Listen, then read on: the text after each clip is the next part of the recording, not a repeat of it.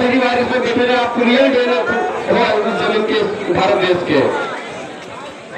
मैं हमारे पूर्व टंडा ख्वाजा नायक, भीमा नायक, जयकाशी मुंडा जी को नमन करता हूँ और यहाँ के स्थानीय कलेक्टर को 10 मिनट का समय देता हूँ। 10 मिनट के अंदर वो यहाँ आ जाए, यहाँ के पुलिस प्रशासन, पुलिस अधीक्षक महोदय 10 मिनट के अंदर आ जाए, हम आपसे सवाल जवाब करेंगे। मेरा भाषण खत्म होने से पहले वो यहाँ पर आ जाए।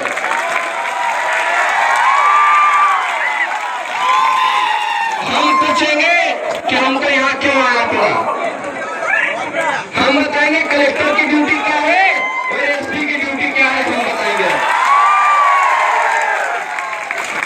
आज रामकारी बहन के लिए हम लोग यहाँ न्याय के लिए आए हैं। हमको यहाँ आने की जरूरत नहीं होनी चाहिए थी। अभी कुछ देर पूर्व में देख रहा था यहाँ पर कांग्रेस के 2 विधायक थे, वो आए थे आदिवासी हितैषी बनने के लिए। आप मानते हो आदिवासी हितैषी है वो?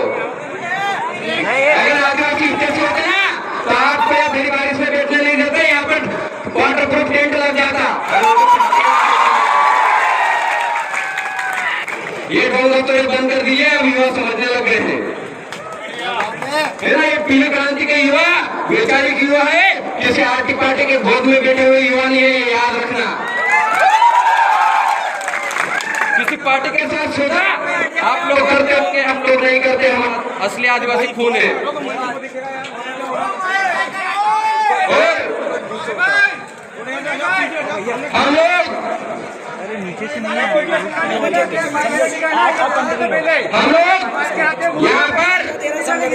यहाँ पर राज्यसभा के 2 सांसद हैं। कितने सांसद हैं? 2 राज्यसभा के सांसद हैं। यहाँ का स्थानीय मंत्री है, वो कैबिनेट मंत्री भी है, एक यहाँ का राज्यसभा सांसद केंद्र में मंत्री है, फिर भी हमारे आदिवासी बहन को जलकर मरना पड़ रहा है। तो ऐसे लोगों को चूल्हे और पानी में डूब के मर जाना चाहिए।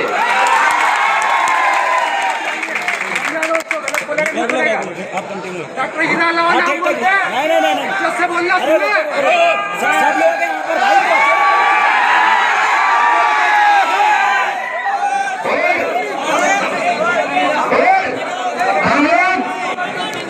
लड़कों बोला गोत्रा भी अपना आइडेंटिटी वाला सामाजिक आयोजन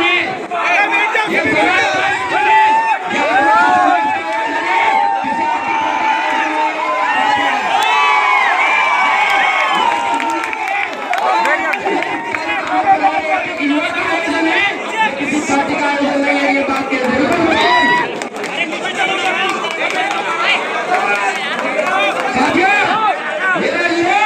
मेरा विरोध किसी व्यक्ति से नहीं है, मेरा विरोध इस सामाजिक आंदोलन जो राजनीतिक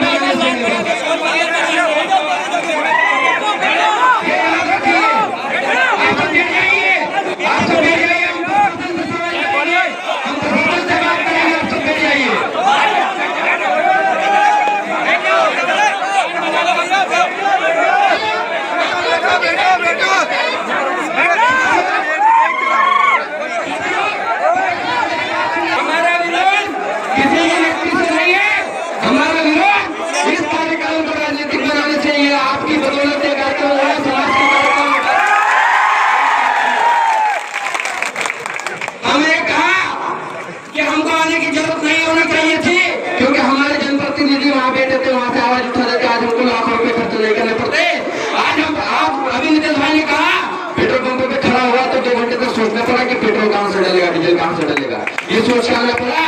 हम कोई मंत्री संतरी विधायक के बेटे नहीं है, हम समाज के बेटे हैं। अपना पेट काट के सब लोग यहाँ पर आए हैं, सब अपना काम छोड़कर आए हैं, वो समाज के लिए आए हैं, राम प्यारी बाई को न्याय दिलाने आए हैं। यहाँ पर यहाँ पर राजनीति नहीं होना चाहिए। ये समाज का आंदोलन, आदिवासी समाज का आंदोलन है, बस ये आंदोलन समाज का रहना चाहिए। इतना कहना है मेरा। जिंदाबाद जिंदाबाद जिंदाबाद जिंदाबाद जिंदाबाद। साथियों, कुछ लोग कहते हैं नियमावली में आवाज उठाते हैं, लेकिन खाते गांव में अगर रामदेव काकड़िया को जिला बदल कर दिया जाता है तो उसके लिए एक शब्द भी नहीं कहते हैं, तो उसको भी समझना पड़ेगा। और हम लोग कह रहे हैं कलेक्टर और एसपी को यहाँ की ड्यूटी याद दिलाना चाहते हैं।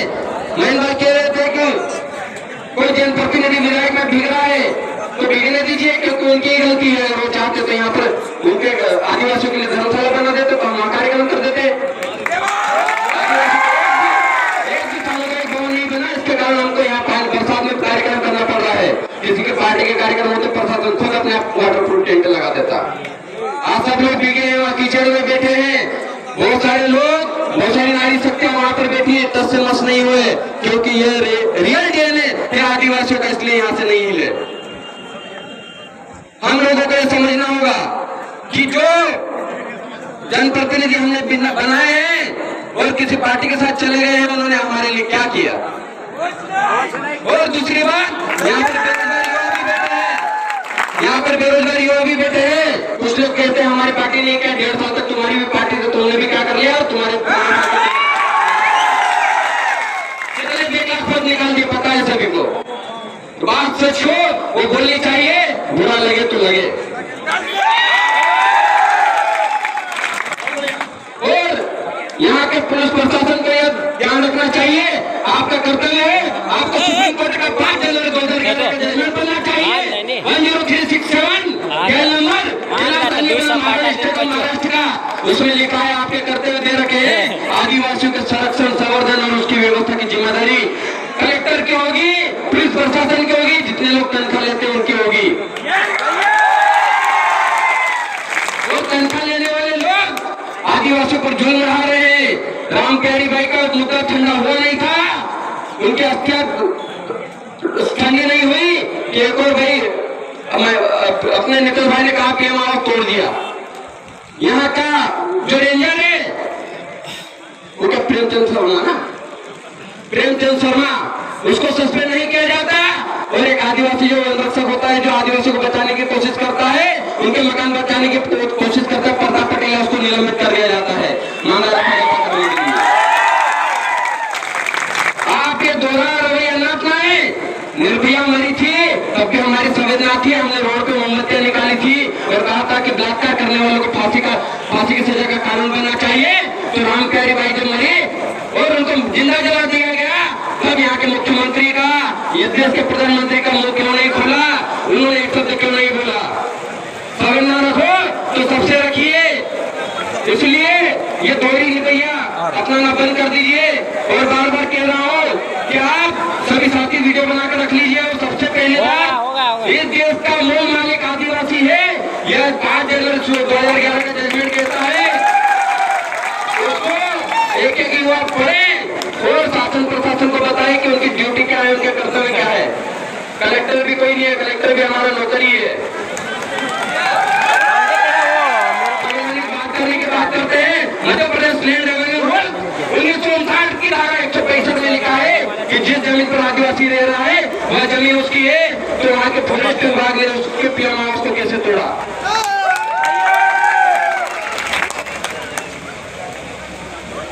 तो ये बात हमको ध्यान रखनी चाहिए। हमारे समाज के अधिकारी के साथ ऐसा होता है, और जो लोग रहते हैं अधिकारी, जिनका कर्तव्य बनता है उस चीज को देखे, उनको सस्पेंड नहीं किया जाता, यह भी देखा जाना चाहिए। अभी और बारिश आई है, ये प्रकृति की देन है, और प्रकृति से लड़ने वाला अभी भी यहाँ बैठा है, कोई और होता तो भाग जाता। और वहाँ जो विधायक खड़े थे वो ऐसे नहीं खड़े थे, क्योंकि युवा बैठे थे तो सर्व साटे वहां खड़े थे, ये तो भाग जाते। तो इन चीजों को ध्यान रखना चाहिए। बस इतना ही कहूंगा, सच के साथ खड़े रहना, समाज के साथ खड़े रहना, किसी की गोदी में कभी मत बैठना, वरना लोग बेच खाएंगे। और जयस की युवा जो भी जनप्रतिनिधि बनकर आए, समर्थित युवा थे, वो जनप्रतिनिधि अपने दम पे बन के आए, किसी कांग्रेस और बीजेपी के दम पे नहीं बन के आए थे। और आगे भी अपने दम पे लड़ाई लड़ेंगे जो लड़ना है। अगर इनके साथ चाहिए होता तो हम लोग क्यों आते हैं यहाँ पर। आप सब इस चीज को ध्यान रखिए, हक की लड़ाई के लिए लड़िए। और दूसरी बात, कानूनी ज्ञान रखिए, कानून का ज्ञान रखिए। आपके पास जब कानून की किताब होगी, कानून के जजमेंट, सुप्रीम कोर्ट के जजमेंट होंगे, संविधान की बात होगी, तब आपके सामने पुलिस प्रशासन भी कुछ ही करेगा। मैं बार बार कहता हूँ, आदिवासियों पर सीआरपीसी आईपीसी लागू नहीं होता। पता है, जब भी कहता हूँ तो कलेक्टर एसपी कांपने लग जाते हैं। पता क्यों लागू नहीं होता? पता है, क्योंकि आप इस देश के मूल मालिक हो, बाकी 92% इमिग्रेंट लोग लोग हैं, बाहरी अप्रवासी भारतीय लोग हैं। और उन पे कानून किस सेक्शन के तहत लागू नहीं होता? ये कहता हूं सीआरपीसी आईपीसी की धारा 5 याद रख लेना, लिख के रख लेना। सीआरपीसी आईपीसी में सेक्शन 5 उसमें लिखा है कि स्थानीय विधिक बल जिसको प्राप्त है उस पर सीआरपीसी आईपीसी की धारा लागू नहीं होती है। ये चीज आप याद रखिएगा। और इतना ही कहूंगा, अभी बारिश वापस आ गई, वापस में एक नारा लगाना चाहूंगा। रामकारी भाई के